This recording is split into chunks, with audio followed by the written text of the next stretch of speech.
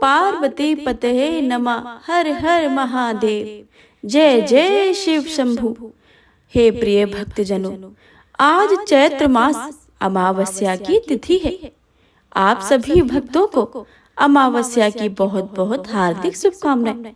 आप सभी के जीवन में भगवान भोलेनाथ और लक्ष्मी नारायण की कृपा सदा सर्वदा ही बनी रहे। तो आज सभी रसपान करेंगे अमावस्या की संपूर्ण व्रत कथा का और शिव चालीसा तथा अमावस्या और पूर्णिमा दो बहनों की कथाओं का।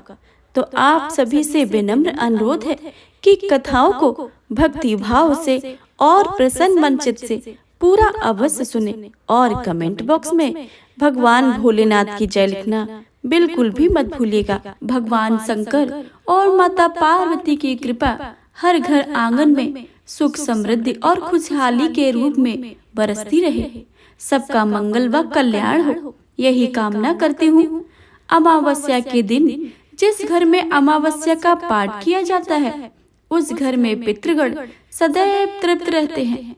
तो आइए पूरे भक्ति भाव से और प्रसन्न मन चित्त से हाथ में पुष्प लेकर अमावस्या की संपूर्ण कथा का रसपान करते हैं। तो प्रेम से बोलिए गौरी पुत्र गणेश भगवान की जय, शिव शंकर भोलेनाथ की जय। ओम नमो नारायण। एक साहूकार के 7 बेटे और 7 ही बहुओं के साथ एक बेटी थी।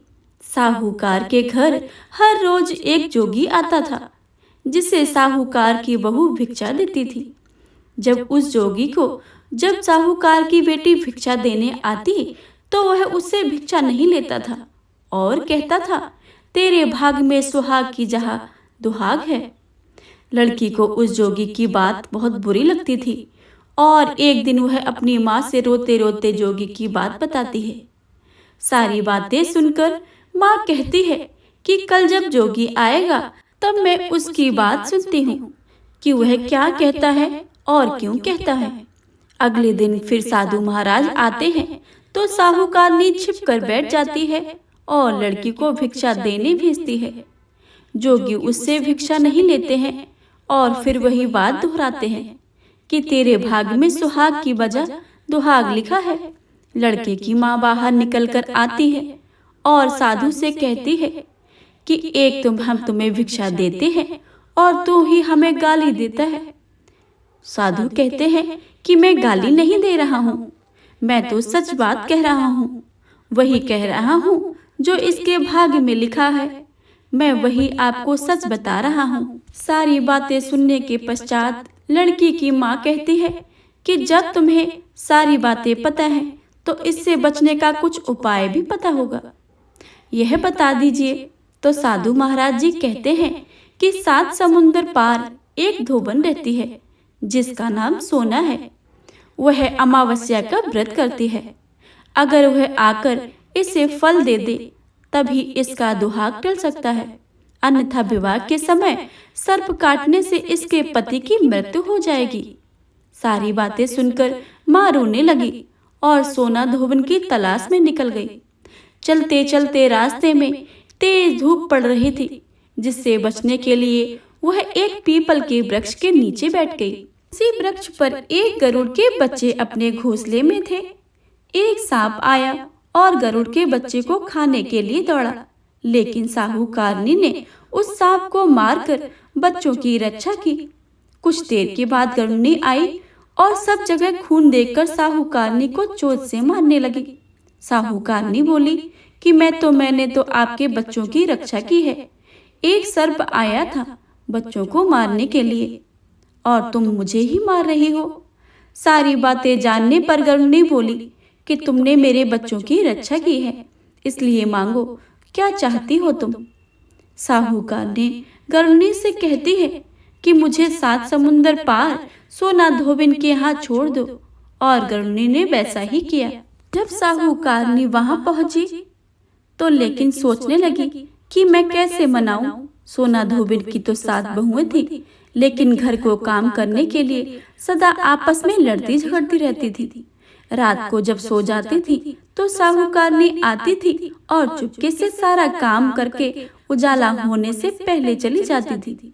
सारी बहुएं भी आपस में यह सोचती थी कि कौन सी बहू तो है जो सारा काम कर देती है, लेकिन एक दूसरे से पूछने की हिम्मत ही नहीं होती थी। काम करने की बात सोना धोबिन ने भी देखा कि आजकल बहुएं लड़ती भी नहीं है और घर का सारा काम भी हो जाता है।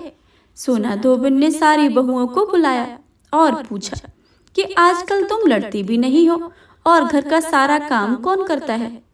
बहुएं सास से झूठ कहती हैं कि लड़ाई करने से क्या फायदा है, इसलिए हम मिलकर सब काम कर लेती हैं। सोना धोबिन को अपनी बहुओं की बातों पर विश्वास नहीं होता, तो वह रात में जगकर वह स्वयं शख्स देखती है कि कौन काम कर जाता है। रात होने पर सोना धोबिन छिपकर बैठ जाती है कि देखूं कौन सी बहू काम करती है।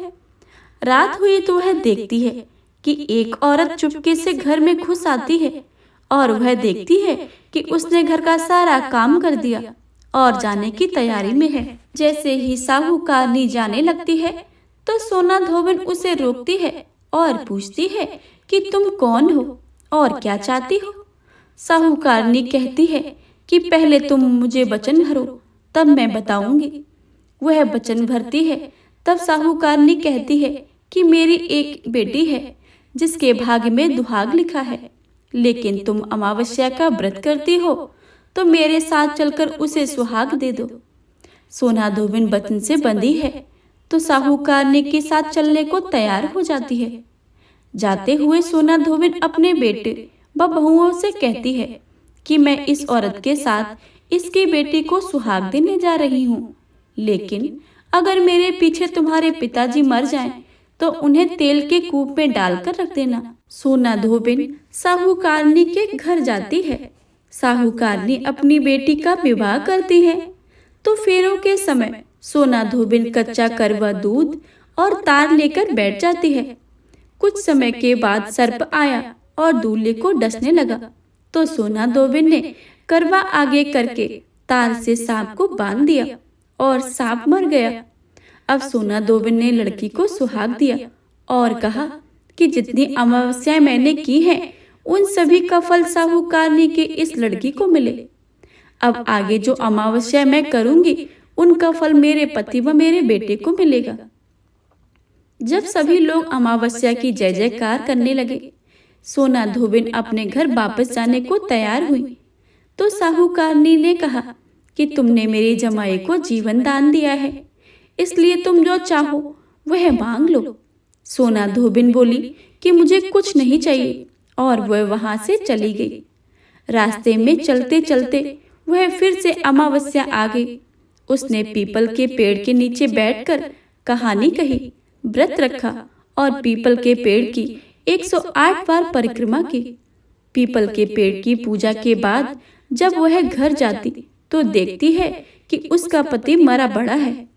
अब रास्ते में जो अमावस्या उसने की थी उसका फल अपने पति को दे दिया, जिसके प्रभाव से वह पति जीवित हो गया। तब कहने लगे कि तूने ऐसा कैसे किया जो तेरा पति जिंदा हो गया।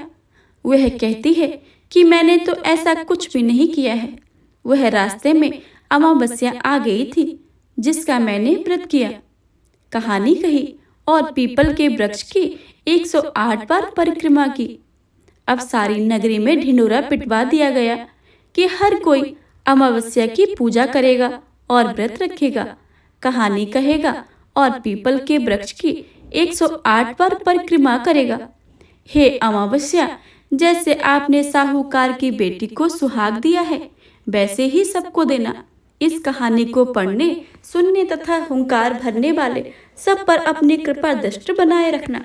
प्रेम से बोलिए अमावस्या माता की जय।